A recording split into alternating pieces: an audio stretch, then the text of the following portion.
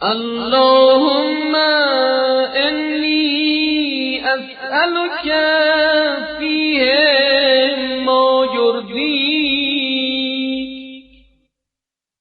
وأعوذ بك مما يؤذيك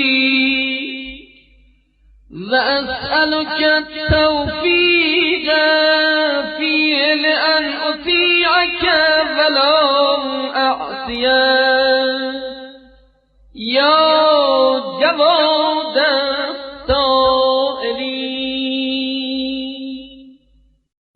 اعوذ باللہ من الشیطان اللعین الرجیم. بسم اللہ الرحمن الرحیم.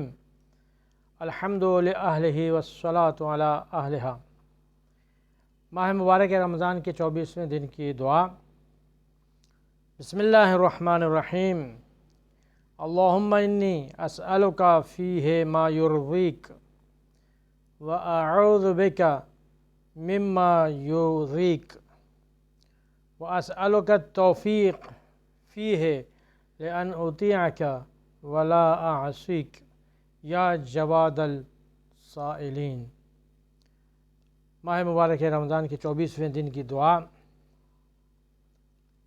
اور حبیب خدا کی دعا کہ جہاں وہ اللہ سے دعا مانگ رہے ہیں کہ پروردگارہ مجھے آج اپنے رضایت عطا فرما اور مجھے پناہ میں رکھ ان چیزوں سے کہ جس سے تو غضبناک ہوتا ہے.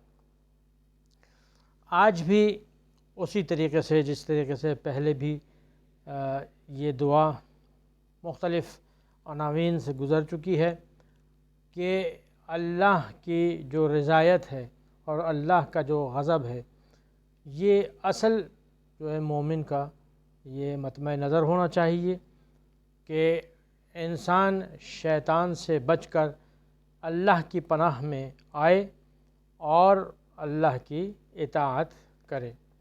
چنانچہ مومنین کے بارے میں سورہ بینہ میں ارشاد ہوتا ہے بسم اللہ الرحمن الرحیم. ان الذین آمنوا وعملوا الصالحات اولئک هم خیر البریہ جزاؤہم عند ربہم جنات عدن تجری من تحتها الانہار خالدین فیہا ابدا رضی اللہ عنہم ورضوا عنہ ذالک لمن خشی ربہ. یہ آیت کے آخری حصے میں اللہ فرماتا ہے کہ رضی اللہ عنہم، اللہ ان مومنوں سے، ان بہترین مخلوقات سے اللہ خوش ہے، راضی ہے. اور ورضوا عنہ، اور وہ بھی اللہ سے خوش اور راضی. اور یہی وہ چیز ہے کہ جو باہمی جو رضایت ہے، یہی چیز وہ ہے کہ جو ذالک لمن خشی ربہ، کہ جو ان لوگوں کو حاصل ہوتی ہے کہ جو اللہ سے ڈرتے ہیں. تو یہاں پر بھی گھوم پھر کر بات وہی تقویٰ کی آ جاتی ہے کہ اللہ سے اگر کوئی ڈرے، خوف کھائے، تقویٰ اختیار کرے، اپنے گناہوں سے معافی مانگے، گناہوں کو اپنے کم کرنے کی کوشش کرے، تو یہ تمام مقامات و مراتب اسے حاصل ہو سکتے ہیں. تاریخ میں ایک ہی ایسا ولی گزرا ہے، علی ابن ابی طالب علیہ السلام، اور ان کے جو مخلص شیعہ ہیں کہ جنہوں نے تاریخ میں ایسے واقعے اور ایسے کارنامے انجام دیے کہ جو رہتی دنیا تک قائم و دائم رہیں گے. جیسے کہ جنگ احد میں ہمیں واقعہ ملتا ہے کہ دشمن بہت بڑا اور طاقتور عمرو بن عبد ود، اسے زیر کرنے کے بعد علی اس کے سینے پر سوار ہیں کہ اس نے غصے میں آ کر اپنا لعاب دہن امام کے چہرے کی طرف پھینکا. امام نے جیسے ہی وہ چہرے کی طرف آیا، امام نے فوراً غصہ، جو فرسٹ ریئیکشن ہوتا ہے انسان کا، ریفلیکسز ہوتے ہیں، اس کی وجہ سے امام کو غصہ آیا، بہت سخت غصہ. لیکن اس کے بعد امام اس کے سینے سے ہٹ گئے. ہٹنے کے بعد اس کا چکر لگانا شروع ہوا، وہ بھی کھڑا ہو گیا، پریشان وہ بھی ہو گیا کہ یہ کیا ہوا. میں تو یہ چاہ رہا تھا کہ مجھے اس سے پہلے ہی قتل کر دیا جائے، لیکن یہ تو کیا ہوا کہ ابو تراب نے مجھے چھوڑ کر اور ٹہلنا شروع کر دیا. میدان میں چکر لگانے کے بعد دوبارہ جناب امیر نے حملہ کیا اور اسے زیر کر کے اس کا سر کاٹ لیا. جب واپس مسلمانوں میں تشریف لائے تو ایک شخص سے رہا نہ گیا، کہا کہ آپ نے یہ کیا کیا کہ عمر بن عبدود جیسا شخص، اس کو آپ نے زیر کر کے غلبہ پانے کے بعد آپ نے اسے چھوڑ دیا، اور پھر اس کے بعد آپ میدان میں چکر لگانے لگے، اور پھر اس کے بعد اسے گرا کے اسے قتل کیا. اسے ایسا کیوں کیا؟ کہا کہ جس وقت میں نے پہلے اسے زیر کیا تھا اس وقت اس نے اپنا لعاب دہن میرے منہ کی طرف پھینکا، جس سے مجھے غصہ آیا. جب یقیناً کوئی اگر اس طرح کی حرکت کرے گا تو سامنے والے کو غصہ آئے گا. تو یہ غصہ آیا، لیکن میں نے محسوس کیا کہ کہیں ایسا نہ ہو کہ جو جہاد میں کر رہا ہوں، جو اللہ کی راہ میں جو میں لڑ رہا ہوں، اس میں میرا نفس کا غصہ بھی شامل ہو جائے. چنانچہ میں ہٹ گیا، اور جب تک یہ غصہ بیٹھ نہیں گیا میں نے دوبارہ حملہ نہیں کیا، اور جب غصہ بیٹھ گیا میں نے دوبارہ حملہ کیا، غلبہ پایا اور اسے قتل کر دیا. یہ اگر کسی کا خلوص اس درجے پر ہو تو اسے پھر امام المتقین کہا جا سکتا ہے. اس کا پھر مرتبہ ایسا ہے کہ جیسا نبی نے فرمایا کہ انا مدینۃ العلم وعلی بابھا، کہ یہ میں علم کا شہر اور علی اس کا دروازہ ہے. جسے بھی علم سے رجوع کرنا ہو، جسے بھی علم حاصل کرنا ہو، وہ علی کی طرف رجوع کرے. اگلے جملے میں اسی جملے کا جو دوسرا حصہ ہے اس میں فرمایا وَأَعُوذُ بِكَ مِمَّا يُؤْذِيكَ، پروردگارہ میں پناہ چاہتا ہوں تیری ان چیزوں سے کہ جو تجھے اذیت دیتی ہیں. اللہ کو اذیت دینے والی چیزوں سے میں پناہ چاہتا ہوں. سورہ احزاب کی آیات ہیں کہ جس میں اللہ نے خدا اور رسول کو اذیت دینے والوں کا ذکر کیا ہے، وہ منافقین، وہ مشرکین، وہ فاسقین کہ جو اللہ اور اس کے رسول کو اذیت دیتے.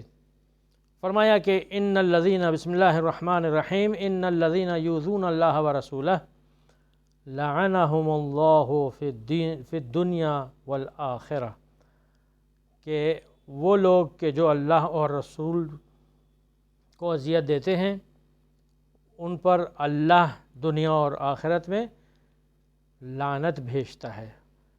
وَأَعَدَّ، اور دوسری وَأَعَدَّ لَهُمْ عَذَابًا مُهِينًا، اور ان کے لیے ہی اللہ نے ایک ایسا عذاب بنایا ہے کہ جو انہیں ذلیل کر کر کے عذاب دیا جائے گا.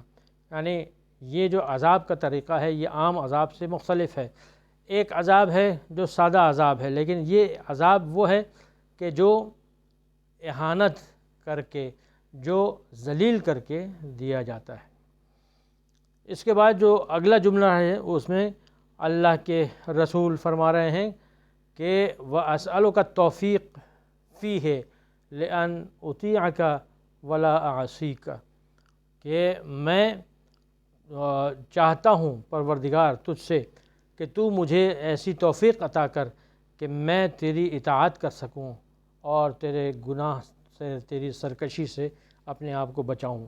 یہ دو چیزیں ہیں، اطاعت اور عصیان.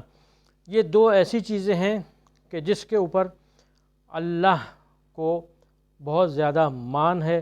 اللہ چاہتا ہے کہ وہ اس کا بندہ جو بندہ مومن ہے نجات کے لیے اطاعت کرے، اور شیطان سے جو سرکشی ہے، شیطان کی تقلید کرتے ہوئے جو سرکشی ہے اس سے اپنے آپ کو بچائے. چنانچہ اللہ ارشاد فرما رہا ہے کہ اے انسان، یہ جو دنیا میں نے خلق کی ہے وہ تمہارے لیے مسخر ہے، یہ تمہارے انڈر میں ہم نے دے دی ہے، تمہارے قبضے میں ہم نے دے دی ہے.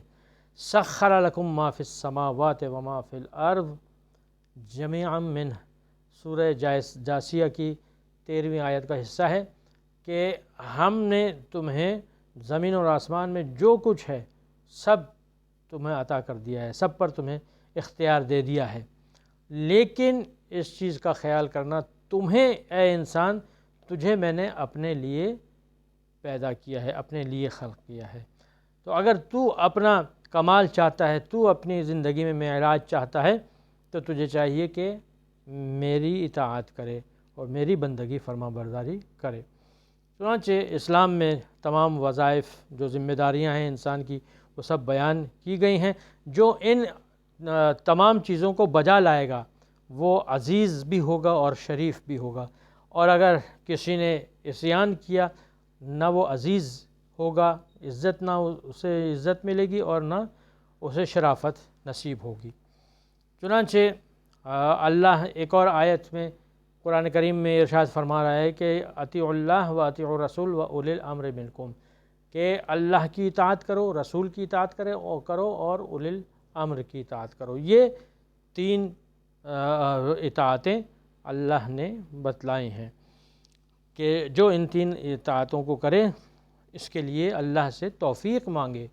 چنانچہ امام زمانہ عجل اللہ تعالی فرجہ شریف سے جو دعا منسوب ہے، مشہور دعا، اللہم ارزقنا توفیق الطاعہ و بعد المعصیہ، دیکھیں کس طریقے سے دعا مانگی جا رہی ہے کہ پروردگارہ مجھے توفیق اطاعت رزق فرما، عطا فرما، اور عصیان اور سرکشی سے مجھے دوری عطا فرما۔